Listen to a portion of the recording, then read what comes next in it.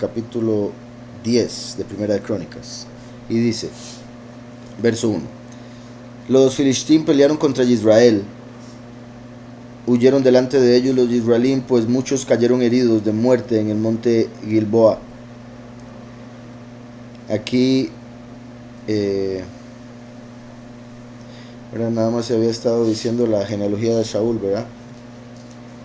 Ahora, puesto que es Crónicas, además de haber mencionado hasta el momento todas las... ahora, después de mencionar la mayoría de genealogías que nos quería dar, llega la de Shaul, que es el primer rey oficial del pueblo de Israel, y inmediatamente en este capítulo ahora se nos empieza a hablar de la forma en que él y sus hijos murieron en una guerra. Entonces vemos que se está hablando de las genealogías de los reyes para poder entender de dónde vendría Mashiach. Pero como hubo dos líneas de reyes de Benjamín en lo que respecta la vida o el reino de Shaul, no se nos dice nada más su final, cómo llegó su reino al final, o más bien sí, cómo llegó al final de su reino. Y ahora después, más adelante, de hecho en el capítulo que sigue, sí, el inicio del reino de David. Entonces vemos que desde el principio del libro el enfoque es la venida de Mashiach a través de la tribu de Yahudá, a través de David, y el ejemplo de Shaul como el que llegó al poder pero cayó, que como siempre he dicho, ¿verdad?, es una representación de Lucifer. Entonces, por ende, la guerra en la que cae también se puede conectar con la caída de Lucifer. Los filistín pelearon contra Israel. Huyeron delante de ellos los israelíes, pues muchos cayeron heridos de muerte en el monte Gilboa. Ponen varios significados a Gilboa: un montículo o un montón quizá como de piedras o de cosas, ¿verdad?, como algo cuando se acumula, pero también lo ponen como fuente que burbujea o fuente que hierve, como cuando algo está hirviendo que burbujea, o que se levanta. Entonces, y la razón por la que lo estaba buscando, porque como dije, ¿verdad?, la caída de Shaul como la caída de Lucifer. Curioso que, bueno, claramente al ser Shaul el rey de Israel, tiene que ser Israel el que huye. Como sabemos, Lucifer estuvo a cargo de este mundo, por eso es el poderoso de este mundo, y por ende también de la carne, en lo que respecta a los que son de carne. Con eso me refiero a los que dicen ser judíos, pero Yahweh vendría y haría todo nuevo para hacer nacer de nuevo en espíritu. Entonces, heridos de muerte en el monte Gilboa. Ahora, como sabemos, el monte representa un reino, y así como en comparación el valle con el monte se puede ver como la tierra y el cielo. Recuerdan lo que hablan de los dioses del Olimpo, se habla de un monte, el monte del Olimpo, que es donde estaban los dioses. Entonces, mi punto es cómo se puede conectar esa caída del ejército de Israel a cargo de Shaul con el ejército de Lucifer cayendo del cielo como un montículo elevado, nombre de Gilboa. La otra traducción, una fuente que hierve, se puede ver como es la fuente de las cosas que se dan aquí en esta realidad. El cielo es la fuente, y si lo vemos como hirviendo, ¿verdad?, por el fuego que viene para esos enemigos. Si lo vemos nada más como elevándose, como el hecho de que Yahushua es el agua de vida, que así como los escogidos cuando llegaban a algún lugar y había cuerpos de agua, normalmente se llenaban más cuando llegaban los judíos, como los extranjeros peleando contra los israelíes. Filistín contra Israelín, pero como es Shaul, entonces representa a Heilel con sus malachim contra extranjeros, así como cuando Lucifer y sus ángeles en el segundo cielo peleen contra los que habrían, Micael, que viene de la tierra en este caso, con sus ángeles a pelear contra ellos, y por ende se podría ver como extranjeros, ¿verdad?, por venir de la tierra, en el caso de Micael al menos. Después los 144.000 se van a convertir en el ejército celestial, como lo vemos en Apocalipsis 19, pero eso es más adelante, después de la guerra con Lucifer. Entonces dice: los filisteos siguieron a Shaul y a sus hijos y mataron a Yahunatán, a Abinadab y a Malquishua, hijos de Shaul.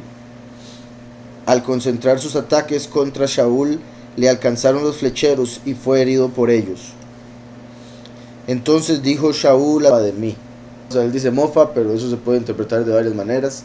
En sí, evitar que se burlaran de él, que lo torturaran, que lo atacaran más de la cuenta, o algunas otras cosas que podrían ir ahí también incluidas por él ser un rey, ¿verdad? Claramente ellos mataban a uno del ejército, lo dejaban ahí tirado, pero al ver al rey podían llegar a concentrarse más en afectarlo. Entonces él dice esto, él pide que lo maten antes, lo cual también uno podría, ¿verdad? Es que depende de lo que estaba pasando ahí en su corazón y demás, pero al saber que es Shaul quien se reveló y demás, también se podría ver como quizá, bueno, voy a decir esto aunque después voy a incluir algo, algunos tal vez dirían como un tipo de cobardía, ¿verdad? Como diciendo, no me quiero enfrentar, ya me van a matar de fijo, entonces por favor máteme usted primero. Aunque repito, en cierta manera lo entiendo, y principalmente porque él venía de una conversación con Samuel. Samuel, el profeta que ya había muerto, por cierto, se le apareció y le dijo que esa misma noche iba a estar en el paraíso con él. Como Samuel se había muerto, se le aparece a Saúl y le dice: hoy mismo vas a estar conmigo. O sea, le está diciendo: hoy mismo vas a morir. Entonces ya Saúl lo sabe, y por ende aquí dice: mejor máteme usted, que es de los míos, termíneme rápido, porque si esta gente viene, quién sabe qué me hacen, además de matarme al final. Y tras de eso, ¿verdad? El hecho de que dice incircuncisos, porque al ser este tiempo el de la carne y el entendimiento estar enfocado en letra y carne, entonces para él que lo mate un incircunciso es como un justo que lo mate un impío, es como él no merece matarme, que me mate mejor uno de los míos, ¿verdad? Y por misericordia en vez de por lo que sea, iniquidad. Dice: pero su escudero no quiso, ¿verdad? Que también se entiende. El escudero, porque los que sirven al rey dan su vida por el rey, tienen que estar dispuestos a dar su vida por el rey, nunca quitarle la vida.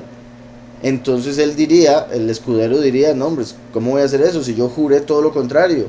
Yo no puedo tocar al ungido de Yahweh. Entonces se entiende el que él haya dicho eso.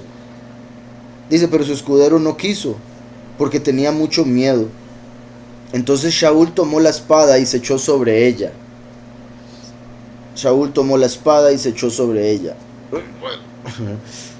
¿Recuerdan la vez pasada cuando hablamos de lo de Judas, que alguien hizo una pregunta y nos fuimos como 45 minutos con esa situación al final del estudio?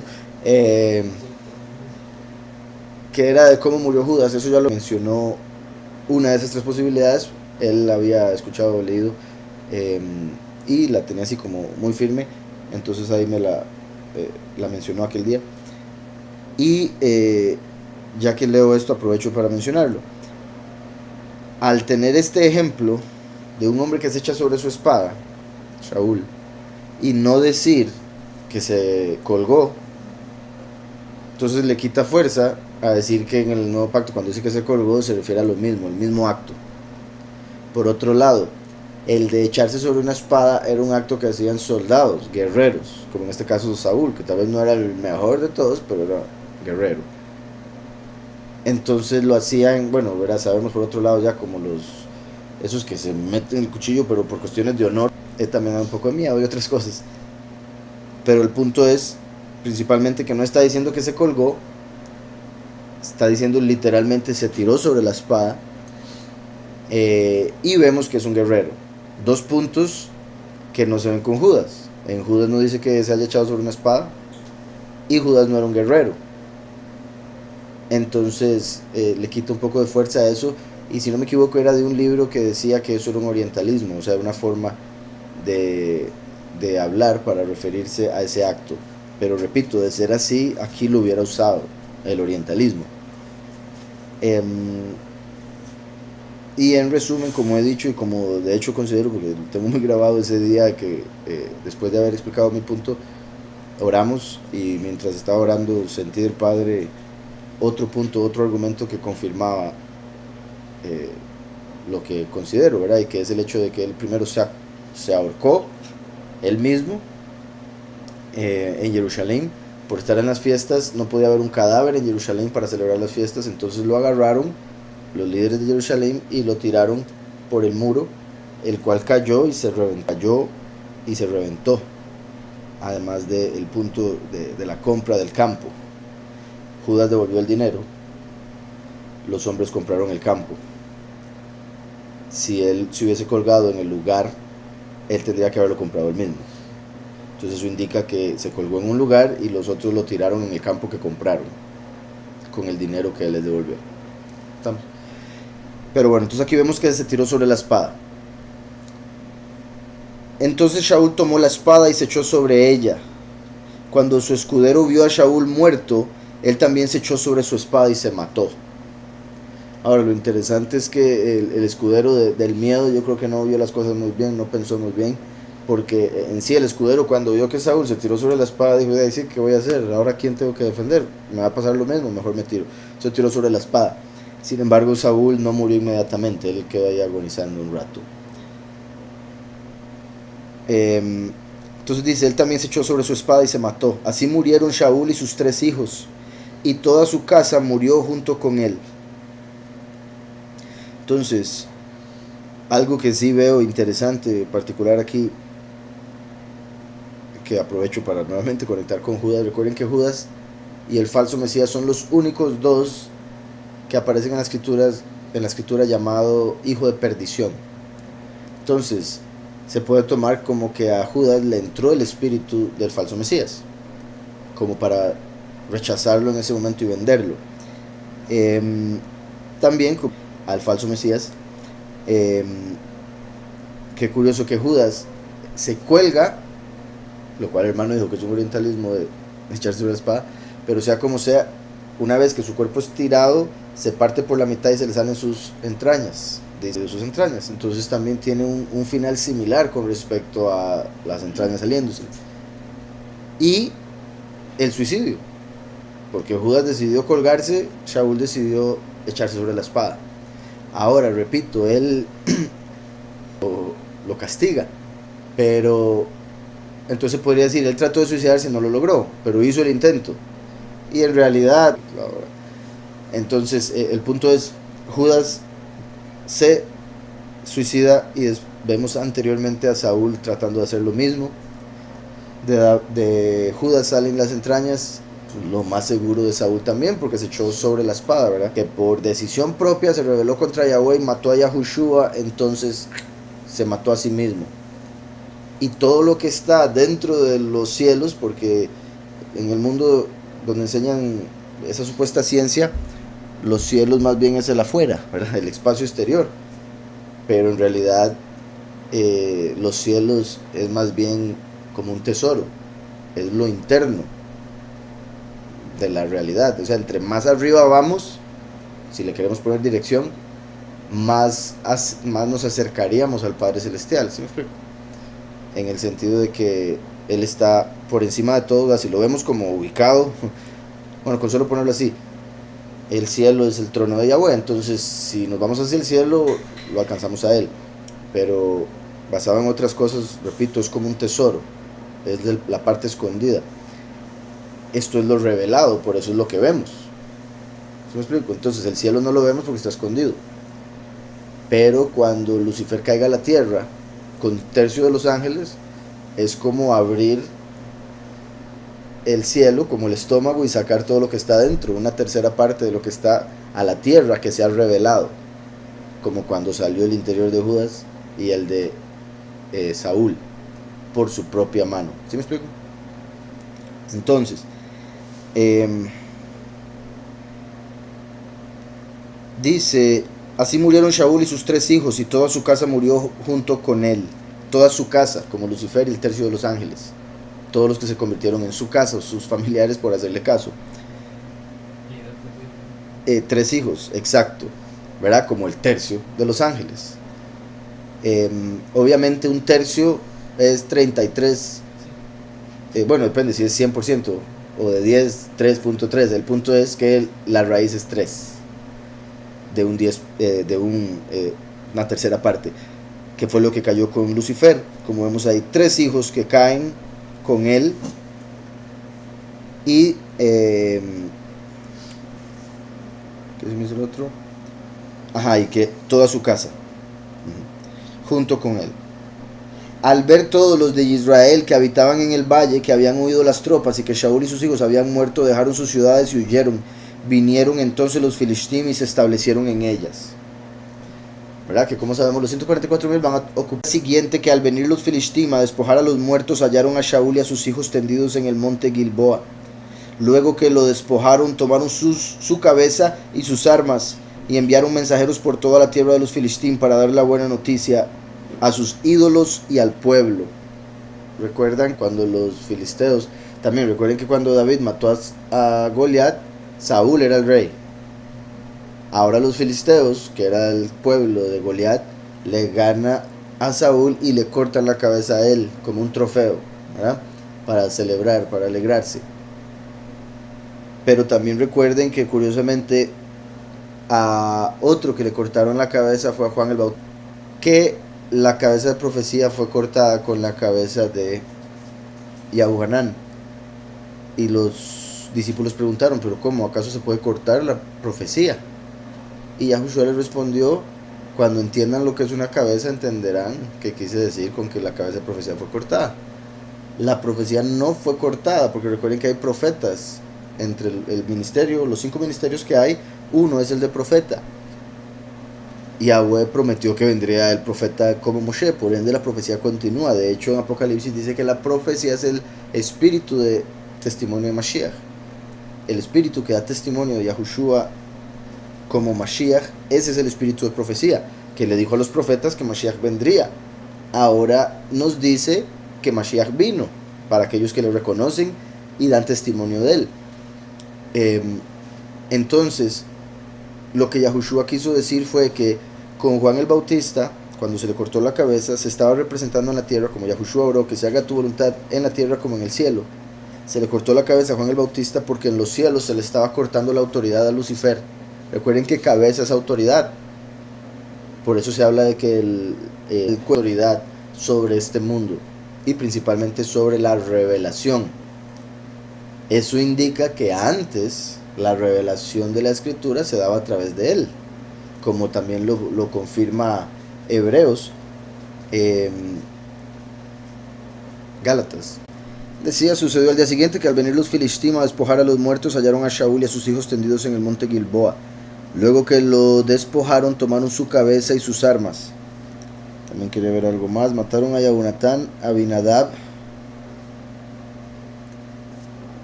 Los nombres Yahunatán, Abinadab, Malquishua vendrían siendo a quien Yahweh regaló. Abinadab, mi padre es honorable o realeza. Y Malquishua, mi rey es salvación.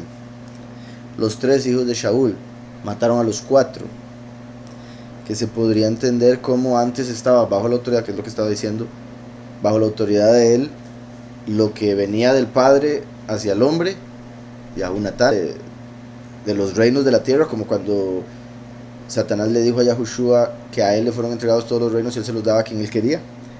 Y Malquishua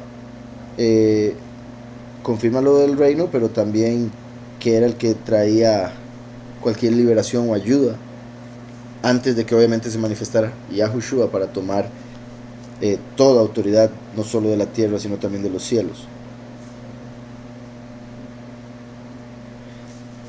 Ahora bien, continúo, decía, luego que lo despojaron, tomaron su cabeza y sus armas y enviaron mensajeros por toda la tierra de los filisteos para dar la buena noticia a sus ídolos y al pueblo. Después pusieron sus armas en el templo de sus Elohim y colgaron su cabeza en el templo de Dagón. Vean, bueno, por un lado se puede ver la crueldad y cómo los sanguinarios que eran otras naciones, a pesar de que nos culpan a nosotros cuando ven la Torá, por ganar guerras. Si están haciendo todo esto con él muerto, imagínense si lo hubieran agarrado vivo. Entonces se entiende esa decisión. Pero sí, recuerden que esto va a suceder más adelante, por si algo, cuando se roban el arca, que se la llevan los filisteos y la ponen ante Dagón como un trofeo, igual que ahí. Y al otro día llegaron y Dagón estaba tirado en el suelo, sus brazos, cabeza partidos. Así como, entonces recuerden, David le corta la cabeza a Goliat de los filisteos. Los filisteos le cortan la cabeza a Saúl de los israelíes. Le roban los filisteos el arca a Israel, se la llevan a Dagón. Y Yahweh le corta la cabeza a Dagón. ¿Verdad? Imposible, en el sentido de prohibido. La prohibición es porque volvería impuro el templo, porque es vida lo que hay ahí. Sin embargo, vemos que las naciones más bien hacían todo lo contrario, traían muerte, porque ahí lo que hay es muerte. Entonces le traen la cabeza del enemigo de ellos. Se aprovechaban, vencían al pueblo. A cualquier enemigo, anoche cuando estaban dormidos los de Israel, o cosas así, ¿verdad? Varios milagros que vemos en la escritura. Mandaba a su ángel y mataba a miles. Entonces, se trata de las obras del pueblo. Si el pueblo actuaba mal, Yahweh permitía que el enemigo los atacara. Decía, ve, ¿cuál es el...? O sea, es más, tomen, y les da la fuerza para que ellos vayan a vencer. Entonces, tristemente, mi punto es que los que están en el error, incluso cuando Yahweh les ayuda, se hunden más en el error en el que están, pensando que es su falso Elohim el que... Entonces le dan el crédito a otro y juran, como otros que han jurado que los sanó el Papa, y por eso el Papa anterior, no, el Benedicto, hizo un par de milagros. Sucedió al día siguiente que al venir los filistim a despojar a los muertos, hallaron a Shaul y a sus hijos tendidos en el monte Gilboa. Entonces iban a ir a quitarle todas las cosas, ¿verdad? El botín, que era algo común en la guerra. Pero se encontraron a los hijos del rey ahí muertos, y a Saúl mismo. Luego que lo despojaron, tomaron su cabeza y sus armas. Igual que David cortó la cabeza de Goliat, el filisteo, ahora los filisteos le cortan la cabeza a Saúl para llevarla como un trofeo. Y como ya dije, y espero eso sí esté bien explicado y grabado, no se haya perdido, eso también es representado por cuando le cortaron la cabeza a Juan el Bautista. Ahora, Juan el Bautista era un hombre justo, no se rebeló contra Yahweh, pero su posición en la historia representa el más elevado de la carne. Pero recuerden que la carne no hereda el reino, carne y sangre no heredará el reino. Entonces él es el que, como dice la escritura, él fue de los nacidos de mujer, no hubo otro como Yahuanán el inmersor, pero el más pequeño en el reino de Yahweh, o sea del espíritu, es más grande que Yahuanán el inmersor. Por ende, Yahweh le puede dar la bendición a Yahuanán de venir en el tiempo final, se puede decir como uno de los dos testigos, Eliyahu, puesto que Yahuanán era Eliyahu, y hacerse gigante en el reino de Yahweh con aceptar a Yahushua. Juan el Bautista aceptó a Yahushua, puesto que obviamente preparó el camino para él, pero era de la dispensación anterior, por eso lo matan tiempo antes que a Yahushua. Yahushua todavía estaba predicando cuando mataron a Juan el Bautista, porque se estaba cerrando el tiempo de la carne y la letra para empezar el del espíritu. Yahushua es el postrer Adán, y antes de Adán no hubo nadie más, ¿verdad? Bueno, ningún hombre. Entonces, al venir Yahushua como el postrer Adán, antes de él no hubo nadie más. Eso indica que Juan el Bautista fue el último del tiempo anterior. ¿Se me explico? En lo que respecta a profecía. Y se le cortó la cabeza, como Yahushua lo dijo en uno de los libros que sacaron, para representar que se le estaba cortando la autoridad a Lucifer sobre este mundo, puesto que Lucifer es el poderoso del mundo desde que se le dio autoridad cuando le hizo caso a Adán y Eva al comer del fruto. Entonces, se le corta la cabeza a Saúl, así como he dicho que Saúl representa a Lucifer. Así como David toma el lugar de Saúl, Micael el lugar de Lucifer. Entonces se le corta la cabeza a Saúl, como a través de Juan el Bautista se le cortó la cabeza a Lucifer. Puesto que cabeza representa autoridad, y como lograron vencer la autoridad de Israel, el enemigo de los filisteos en este caso, llevaron la cabeza como un trofeo a su falso Elohim. Dice, luego que lo despojaron, tomaron su cabeza y sus armas y enviaron mensajeros por toda la tierra de los Filistín para dar la buena noticia a sus ídolos y al pueblo. Aquí menciona primero los ídolos.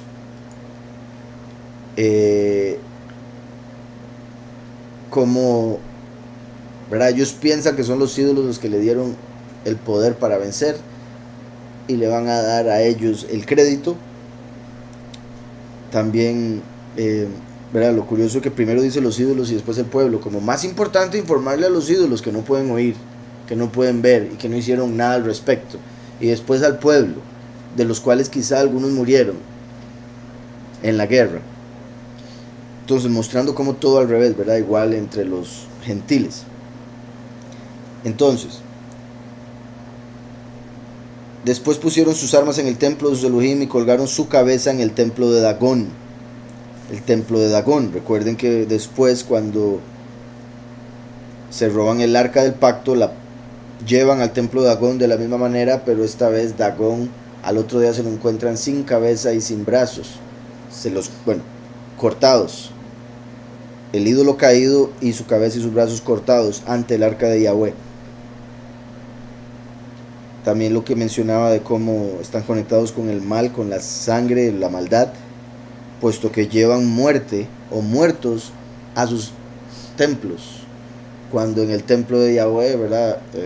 La muerte en sí no se debe acercar. Lo único era la sangre, que representaba la sangre del cordero que pagaría nuestros pecados para purificar, o algunos los otros sacrificios que se hacían para representar otras cosas de la vida, como los mártires y los 2 testigos. Cuando oyeron los de Jabes de Galad lo que habían hecho los filistín de Shaul, se levantaron todos los hombres giborim, valientes, tomaron el cuerpo de Shaul y los cuerpos de sus hijos y los trajeron a Jabes, enterraron sus huesos debajo de una encina en Jabes y ayunaron 7 días. Como ya dije también, ¿verdad? David les dio una recompensa por esto, a estos hombres, por darle este honor a los muertos. Obviamente me refiero a los muertos en el sentido del respeto a aquellos que habían fallecido, cuyos cuerpos habían dejado fuera de la tierra, entonces fueron y los enterraron. No me refiero a un honor hacia los muertos como un tipo de idolatría, ¿verdad? Ay, vea, Kosh dice que... Así murió Shaul a causa de su rebelión con que pecó contra Yahweh, ¿verdad? Así como, bueno, repito, la palabra rebelión va directamente conectada con Lucifer. Lucifer de hecho representa la rebelión misma. Y así como Saúl fue rey de Israel, así Lucifer tuvo autoridad, no solo de la tierra, de Israel. Y eso lo digo porque es algo que yo creo que no se comprende en el cristianismo, no se menciona. Nada más lo ponen como cachudo rojo que quiere atacar, y no entienden que él ha sido el que ha controlado todo en el mundo, y por eso dice la escritura que es el que engaña al mundo entero. Entonces, a causa de su rebelión con que pecó contra Yahweh, la rebelión de él, una de las principales, recuerdan, fue cuando Samuel le dijo, y vean que es muy parecida a la rebelión del pueblo en el desierto, cuando Moshe se fue y les dijo, vuelvo en 40 días, pero ellos hicieron mal las cuentas para variar, que sucede y como ha sucedido en el fin de los tiempos, y dijeron, tiene que volver X día, a tal hora, y como no había llegado a esa hora, ese día, porque llegaba 12 horas después, dijeron, ¿sabe qué, gente? Yo creo que se murió, entonces hagamos un ídolo. No dijeron así, no dijeron ídolo, pero bueno, hagamos un becerro y hagamos fiesta para Yahweh. Entonces hicieron el becerro para adorar a Yahweh, pensando que podían hacer eso. O sea, lo que ellos quisieron reemplazar fue a Moshe, no a Yahweh. Mi punto con eso es que los católicos que dicen que tienen los ídolos como representación, que no son ídolos, que son una representación de lo que adoran, están haciendo exactamente lo mismo que hicieron con el becerro de oro, por lo cual murieron 3000 y Yahweh se enojó inmensamente e hizo que dieran vueltas por 40 años. Entonces el pueblo dijo, es que tiene que llegar, no llegó, hagamos el becerro.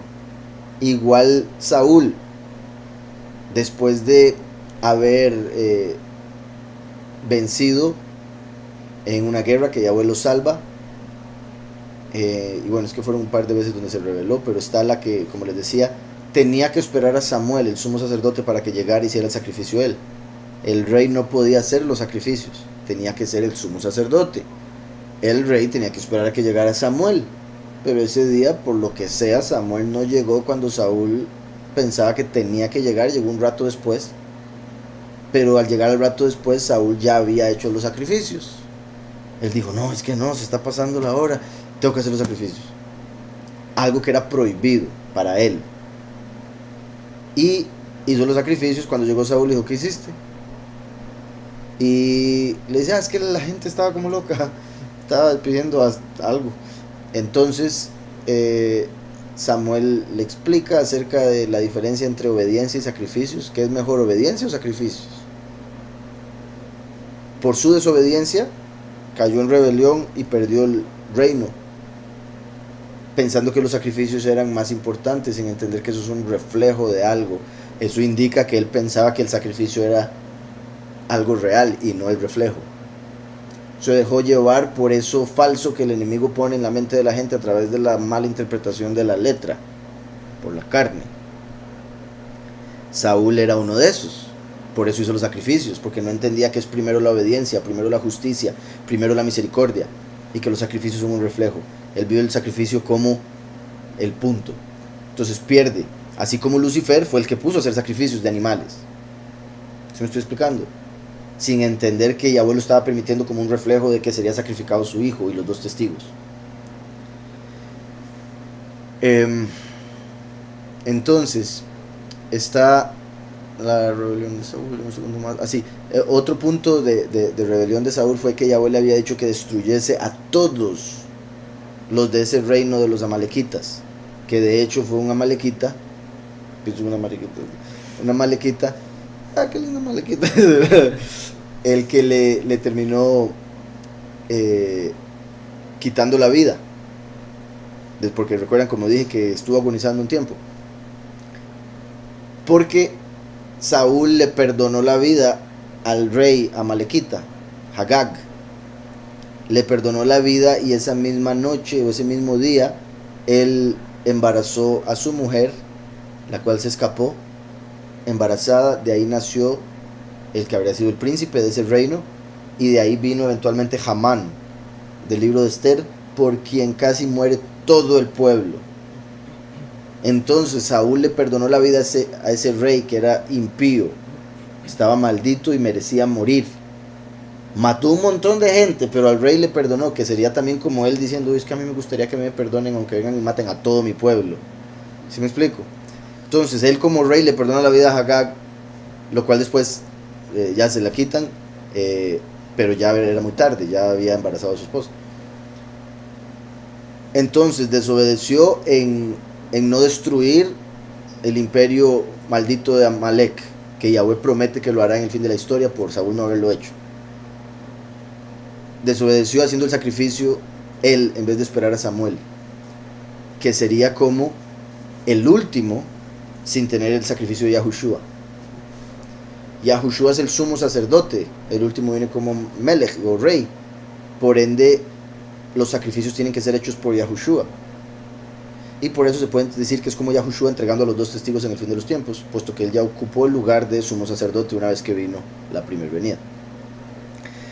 Entonces Samuel tenía que venir a hacer el sacrificio. Saúl no se esperó, lo hizo él, perdió el reino, que sería como el último que tenía que venir hasta que hubiese venido Yahushua a hacer su sacrificio, para que ahora él pueda hacer el suyo. Yahweh le ordena a Saúl matar a Hagag y no lo hace, entonces Samuel tiene que hacerlo, que era el sumo sacerdote, el que está conectado con purificar, con traer vida. Él tiene que cumplir eso que Saúl no obedeció y no hizo. Y lo del sacrificio lo tenía que hacer Samuel, y Saúl se adelantó y lo hizo. Entonces, ahora sí, Saúl tratando de tomar el lugar de Samuel al hacer el sacrificio, así como Lucifer quiso tomar el lugar de Mashiach al matarlo. Y bueno, entonces después Yahweh, a través de la muerte de Mashiach, le quita la cabeza a Lucifer. Entonces, decía Así murió Shaul a causa de su rebelión con que pecó contra Yahweh, contra la palabra de Yahweh, ¿verdad? Lo que le había ordenado, la cual no guardó, y porque consultó a una adivina. Interesante que ahí se incluye eso, porque recuerden que él consultó a la adivina ya al puro final de su vida. Entonces se puede entender de un par de formas. Una, que se incluyó aquí porque fue otro mal que hizo al puro final, pero fue un mal, a como también dando a entender que Yahweh ya sabía que lo iba a hacer y por eso ya estaba incluido en en el castigo que iba a recibir, estaba incluido lo que hizo el último día de su vida. ¿Sí me explico? Y mi punto es que a través de la adivina fue que llegó Samuel, y Samuel le dijo: hoy mismo vas a estar conmigo. Ese hoy mismo vas a estar conmigo también tenía que ver por consultar a esta adivina. Entonces Saúl, desesperado, busca una adivina, y es que es sorprendente porque también otra muestra de lo que hacen los impíos, los que están en el error, engañados. Salud. Saúl estaba desesperado porque él sentía que Yahweh se había apartado de él. Y el medio que busca para tratar de comunicarse con él es uno que Yahweh prohíbe. Entonces, incluso para tratar de volver a él, lo hace a través de un medio que está prohibido, a través de la desobediencia. Entonces lo hace hundirse todavía más. ¿Sí me explico? Entonces es como, vuelvo y repito, como alguien que conoce la verdad, un poco peor a lo que dije ahora, pero similar, de llegar a conocer la verdad y después salirse e irse a donde la negrita, a donde los ídolos, habiendo conocido la verdad.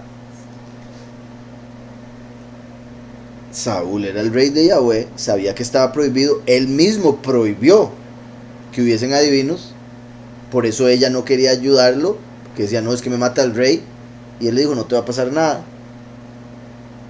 Entonces él mismo lo había prohibido, y llega y consulta para comunicarse según él con Yahweh.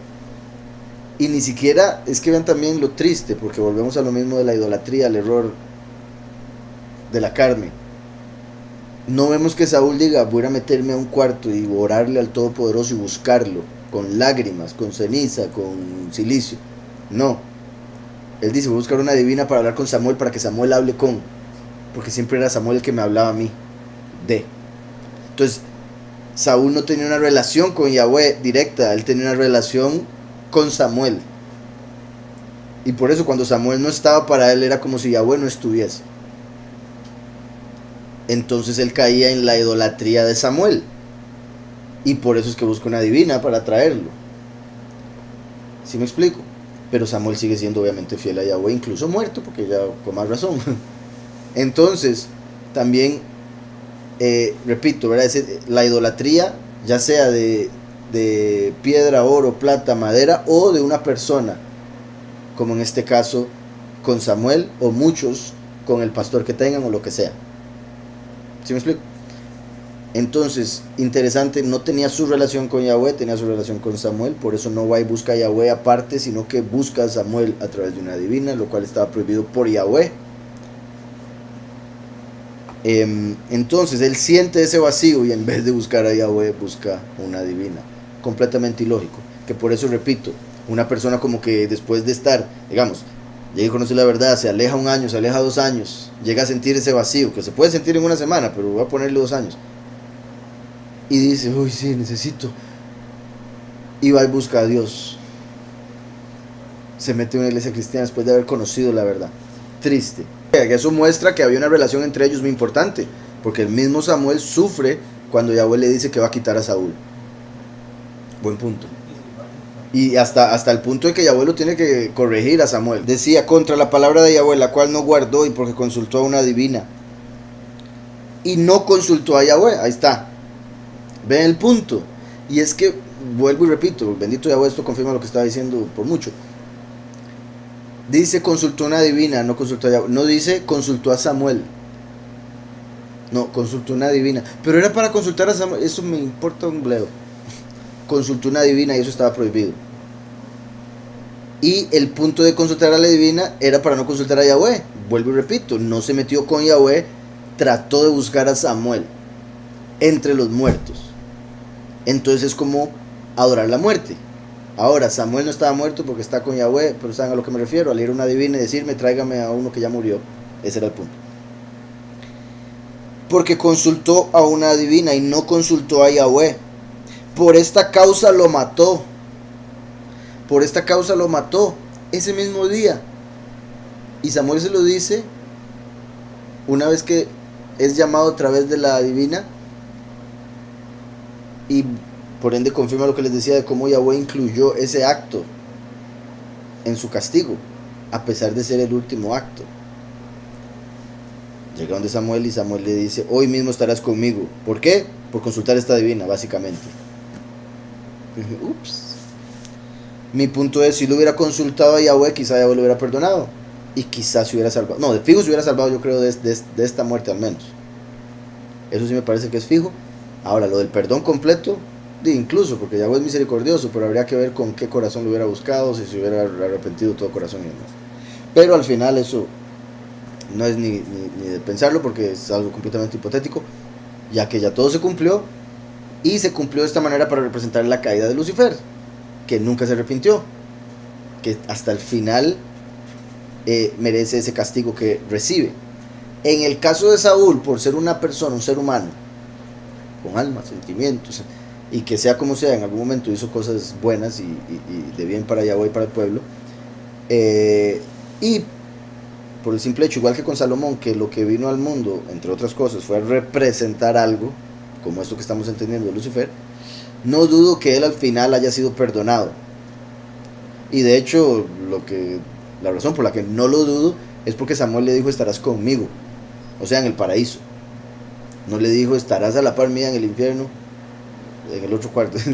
¿Verdad? Dijo: estarás conmigo. Entonces le estaba diciendo: vas a entrar al paraíso, pero tenés que pagar para poder entrar con tu propia vida. Ese era el pago, básicamente, porque la paga del pecado es la muerte.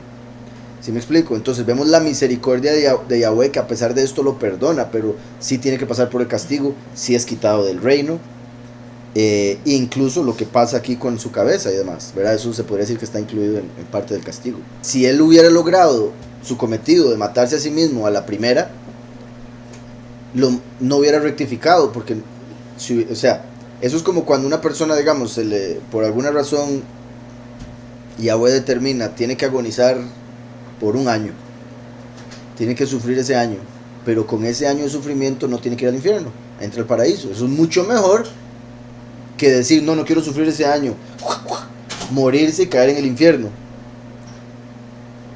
sin poder contar el tiempo. ¿Sí me explico? Entonces, no dudo que Yahweh haya evitado que se pudiera suicidar para que pudiera rectificar ese tiempo que le quedaba. Y no dudo que en ese tiempo que le quedó haya quizá sentido arrepentimiento. ¿En qué momento desobedecí? ¿Por qué fui donde esa adivina? ¿Verdad? Etcétera, etcétera, etcétera. Y eso, obviamente, el arrepentimiento es parte de esa rectificación. Porque el punto de Yahweh no es castigar, no es que le duela a uno algo. El punto de Yahweh es que uno entienda el mensaje. Y si uno ya entendió el mensaje, ¿por qué lo va a herir? ¿Sí me explico? O castigar, me refiero. Y por ende, lo que Yahweh hace en esta realidad, incluyendo el sufrimiento, es para buscar que el hombre rectifique y de verdad entienda, se arrepienta y no tenga que ir al fuego o al sufrimiento. Dice: porque consultó una adivina y no consultó a Yahweh. Por esta causa lo mató y traspasó el reino a David, hijo de Yishai. Entonces vean que bien termina el capítulo. Traspasó el reino de Shaul a David, hijo de Yishai. Entonces pasó, así como va a suceder, que pasa la autoridad de Heilel, Lucifer, a Micael. Y eso, de hecho, o sea, me parece es un reflejo muy importante de entender, y que considero es como la razón principal por la que esto sucedió en la historia. Porque de no ser así, ¿verdad? Uno se podría preguntar: ¿y para qué? ¿Para qué fue Saúl primero si iba a terminar siendo David? Si Yahweh todo lo sabe, ¿por qué lo permitió? ¿Por qué escogió? Porque él fue el que dijo: vaya y agarre a Saúl, ¿verdad? Y después dijo: me pesó poner a Saúl, así como le pesó poner a Lucifer. Y le pesó no en el sentido de que no supiera lo que iba a pasar, sino que le duele el sufrimiento que trajo esa rebelión de ese que sabía que se iba a rebelar, pero era necesario que estuviera por el propósito que cumpliría. Hoy oí O sea, algo que bendito Yahweh ya he predicado aquí, pero me gustó mucho la forma en que lo puso. Bueno, es que más que todo creo yo, sí, porque lo dijo en inglés. No sé si han visto un hombre que es, que no tiene brazos, no tiene piernas, y que predica o es motivador, pero que es creyente. Eh, que yo creo que ya lo he mencionado también a él aquí hace varias veces, porque mis respetos para ese hombre, yo no me puedo imaginar qué respeto de hombre, así, nacer así y tener ese espíritu y ayudar a otros, es que solo eso, que Dios lo bendiga. Entonces él estaba explicando, como que hizo la pregunta de por qué Yahweh dejó a Satanás entrar al jardín. Y repito, lo decía en inglés, y yo creo que por los términos en inglés como que se acomoda mejor que en español. Bueno, a ver qué, por decirlo.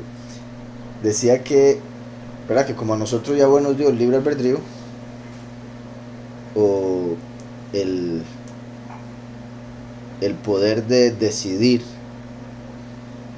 entonces junto con eso nos tenía que dar decisiones, porque de nadie va a servir el poder de decidir sin algo que decidir, algo que escoger, ¿verdad? Sin escogencias, exacto, opciones. Entonces, si no nos daba opciones diferentes a las que él proveyó, no habría libre albedrío. ¿Sí me explico? Entonces Yahweh tuvo que dejar que la serpiente hablara con Eva porque él habló con Eva, Yahweh. ¿Sí me explico? Entonces sería como, y es, lo cual también es algo que sucede naturalmente, uno no entendería, ¿verdad? Como padre o algo así, que uno le diga a un niño, no hable con tal persona, pero sin explicarle el por qué. No sería justo, la persona va a decir, ¿y si la otra persona está bien? ¿O es usted el que está equivocado? Si la persona en realidad es buena y usted es el malo. Y empieza todo ese despelote en la cabeza, ¿verdad? Y repito, más si no se explica, porque si se le explica, el niño, además hablando de padre e hijo, debería entender, ¿verdad? Es que te puede hacer mal, te va a enseñar cosas que no son buenas para vos, te puede meter en un problema, etcétera, etcétera, etcétera. Montones de cosas que se le pueden decir para que entienda. Pero si Yahweh hubiese dicho, usted va a hacer esto, esto y esto, y cierra toda posibilidad diferente a lo que él está diciendo, entonces sería un mundo sin poder de escoger. Y por eso dijo, ok, esto es lo que yo quiero para usted porque es lo que es bueno. Hay algo que es malo, pero tengo que darle a usted la decisión. Por eso Yahweh lo permitió que la serpiente hablara con Eva, porque ya Yahweh le había dicho no comas, ya le dijo su parte, y tenía que llegar el enemigo a decir coma, y el hombre usar el poder de escoger para hundir a toda la humanidad. Por eso le dan el nombre instructor, porque estaba instruyendo a hacer lo contrario, o al mismo tiempo estaba dando la instrucción necesaria. Entonces traspasó el reino a David, hijo de Yishai. Voy a ver un momento aquí la palabra que uso para traspasó. Qué curioso que es el verso 14, ¿verdad? Que es el valor numérico del nombre de David.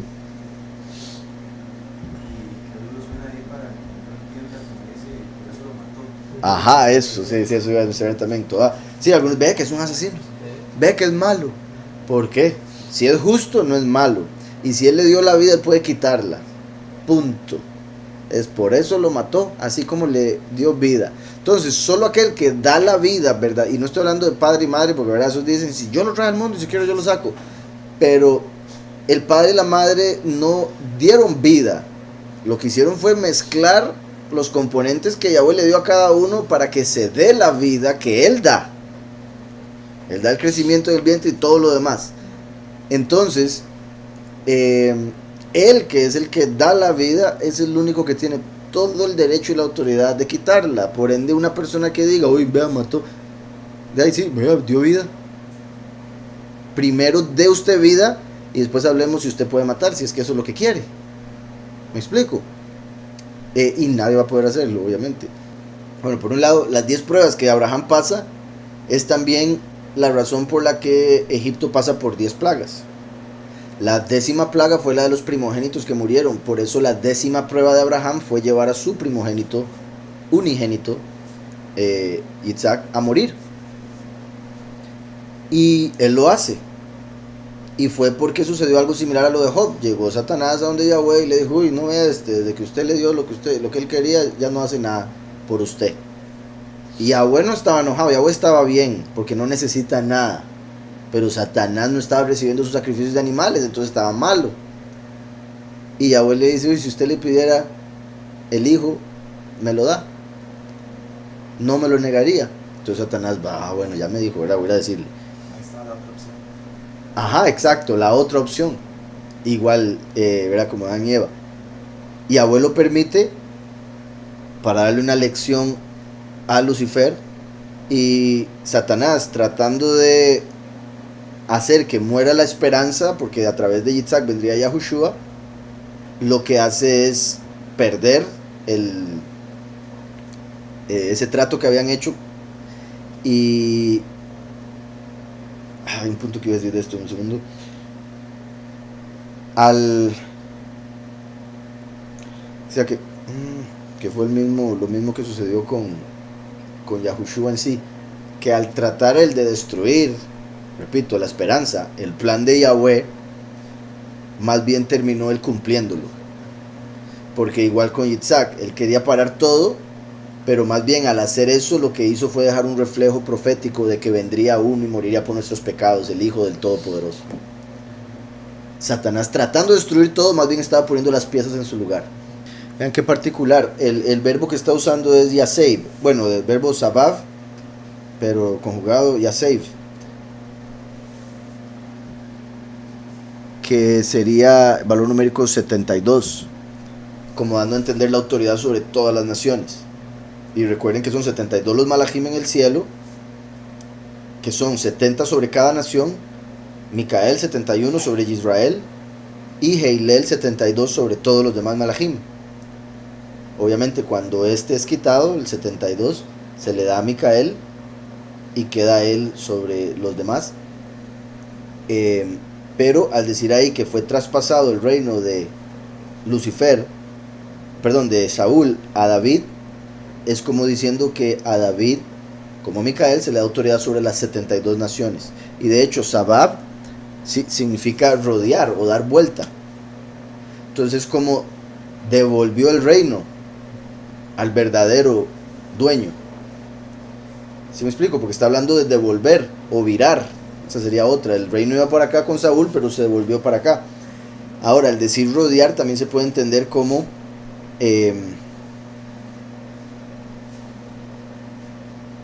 bueno, por un lado lo que he dicho del ciclo cuando vuelve a empezar, como va a suceder con el último, pero el hecho de que la tierra es un círculo, como dice la escritura, que Yahweh está sentado sobre el círculo de la tierra.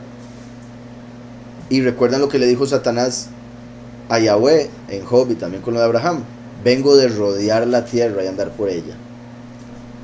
Ahora se le quita a él ese trabajo y se le da a Micael, así como se quita el sol de esta realidad y se pone un sol que nunca se esconde. Ahora, obviamente, lo que respecta al sol como tal puede ser el mismo, simplemente con quién está conectado ese sol. En esta realidad representaba a Lucifer, por eso cae todas las tardes. En la próxima realidad al último, y por eso nunca cae, o sea, Micael. Y aquí Koresh, ¿cómo pudieron los filisteos transportar el arca del pacto, siendo que nadie se podía acercar y menos cargarla para transportarla al templo del poderoso falso? Sí, es una buena pregunta, pero considero que la respuesta se enfoca en que el arca era el trono de Yahweh y era su presencia y su pureza la que podía dañar a los que estaban impuros, cuando Yahweh lo determinaba de acuerdo a su justicia, no porque fuera, como dicen en History Channel y otras cosas, que el arca era un arma. Porque si fuera un arma, como dicen, que estaba construida para que tirara rayos y toda la cuestión, se hubiera muerto cualquier persona. No hubiera sido como que unos lo tocaban y otros no podían. Porque también dicen que los sacerdotes podían porque la ropa que se ponían hacía que hicieran tierra y por eso no les afectaba lo que salía del arca. Pero vemos que incluso, ¿verdad? ¿Se acuerdan Usa que cuando se estaba moviendo solo se acercó para sostenerla y ya con eso murió? Aquí vemos un montón de filisteos que de fijo no sabían las leyes y estaban haciéndolo como les daba la gana, pero Yahweh permite que se la lleven, vuelvo a lo mismo, por pecado del pueblo y para dejar ahí algo claro, que él es el verdadero Elohim. Porque si Yahweh hace que se mueran los filisteos antes de que la agarren, o cuando la están agarrando, esa arca no hubiera llegado al templo de Dagón para hacerlo caer. Entonces Yahweh lo permite para que lo lleven a la presencia del falso Elohim y lo pueda destruir. ¿Sí me explico? Yahweh como un rey en el trono de él y lo llevan a donde el falso Elohim para destruirlo. Entonces en cierta manera volvemos a lo mismo, es como Yahweh cuando lleva al último. Recuerdan que el último es el arca, Yahushua es el templo, el último es el arca. El último, cuando muere y resucita, asciende al cielo y dice que se deja ver el arca en el templo de Yahweh, en Apocalipsis 11. Entonces, también recuerdan que curioso que ahora acabamos de ver la guerra de los filisteos contra Saúl y mencioné como si fueran los escogidos entrando a tomarlo de Lucifer. Qué curioso que son los filisteos los que llevan el arca de Yahweh al templo de Dagón, como si el último entrara a donde está Lucifer en el segundo cielo para destruirlo en su propio lugar. ¿Sí me explico? Entonces el arca siendo llevada ahí por los filisteos es como una representación del último siendo llevado al cielo para destruir a Lucifer, hacerlo caer, terminar de cortarle la cabeza y las manos, o sea, el poder para hacer cosas. Entonces lo veo como una muestra de Yahweh queriendo hacerlo así para darnos ese reflejo profético y también mostrando que la gente que moría por tocar el arca moría cuando él lo indicaba de acuerdo a la justicia. Y una de las cosas es que por justicia, repito, ellos no sabían las leyes con respecto al arca, cómo se debía tratar. Como ellos eran tan impíos, recuerdan de hecho cuando pusieron, este es otro punto, pusieron el arca sobre animales para que la cargaran y los animales no se murieron. Eso quiere decir que si los filisteos no se murieron es porque eran como animales, espiritualmente hablando, porque no entendían como un hombre que tiene la ley. ¿Sí me explico? Espero, no estoy diciendo que se... O sea, el punto es del entendimiento. Sí, porque había unos que sí la cargaban y eran los únicos. Estaban apartados solo para ver. Exacto. Si otro se arrimaba que no era de ellos, se morían. Facilito, como se usa, repito. Exacto. Entonces el hecho de que los filisteos pudiesen, eso muestra que era de acuerdo a la pureza de la persona y el entendimiento que tenía de la ley acerca, en este caso, del arca.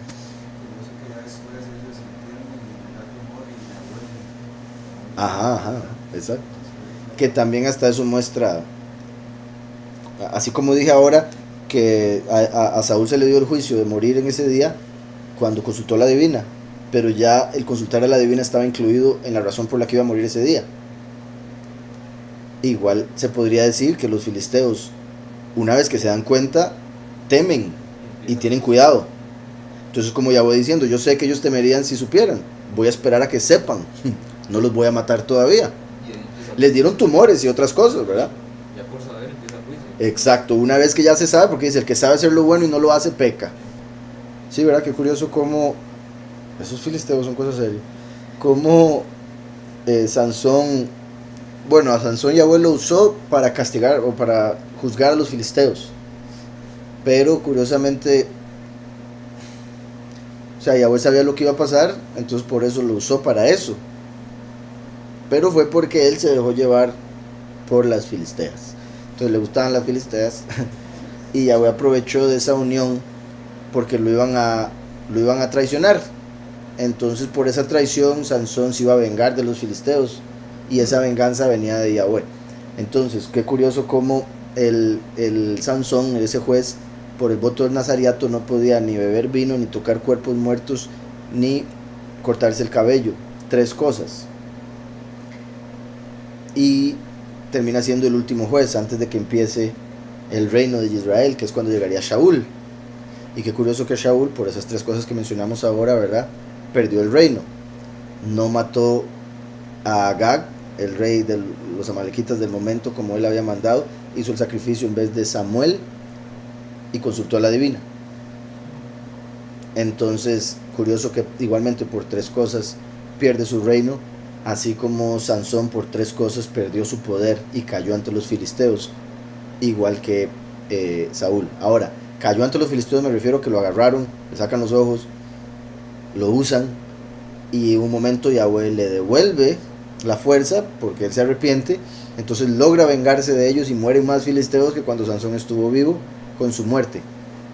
Lo cual también es particular porque Sansón es otro que sabía que iba a morir y estuvo dispuesto. O sea, No es exactamente suicidio, como he dicho, no es exactamente suicidio, como lo hizo Saúl, como lo hizo Judas, pero el más cercano a suicidio tenemos la historia de Sansón, que él bota los pilares sabiendo que le iba a caer todo encima, pero era el punto de destruir a los enemigos de Yahweh. Ahí él dijo, no, yo ya estoy destruido, ya me hicieron lo que me hicieron, pero voy a dar mi vida para que caigan los enemigos de Yahweh. Y eso es como el último, que Yahushua ya vino y dio su vida por los pecados. Ahora el último viene y da su vida para hacer caer a los enemigos de Yahushua a la tierra, como Yahweh le dijo a Yahushua, siéntate a mi derecha hasta que ponga a tus enemigos por estrado de tus pies. Entonces qué curioso cómo Sansón pasa por eso, y como hijo pródigo cae en errores, pero Yahweh utiliza incluso esos errores para llevar a cabo su misión, y al final Sansón es rectificado y da su vida para vencer a los enemigos, que curiosamente representan el tercio de los ángeles. Y recuerden que estaban en un lugar alto, como el cielo, y se vinieron para abajo. Bueno, había gente también abajo, los estriparon, pero dando a entender como Israel, que venció o peleó contra hombres y Elohim y venció a ambos. Dice, pero siempre se mantuvo la figura del consejo de los 70 ancianos sobre Israel.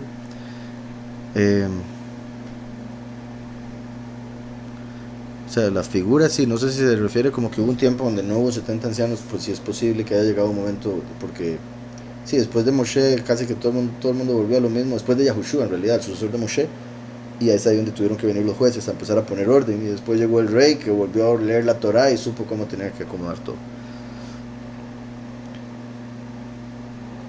Aunque si vemos la figura como tal, porque no entiendo qué me está queriendo decir con esa palabra, en el sentido de que Gedeón, un juez, tuvo 70 hijos, entonces representa ahí esa figura. Chate un hijo. Dice, la cantidad de sacrificios de animales que hizo Salomón cuando dedicó el templo eran para Yahweh o para Hasatán. O sea, esto lo voy a volver a decir una vez más y espero se me entienda, porque yo creo que ya lo he dicho miles de millones de veces.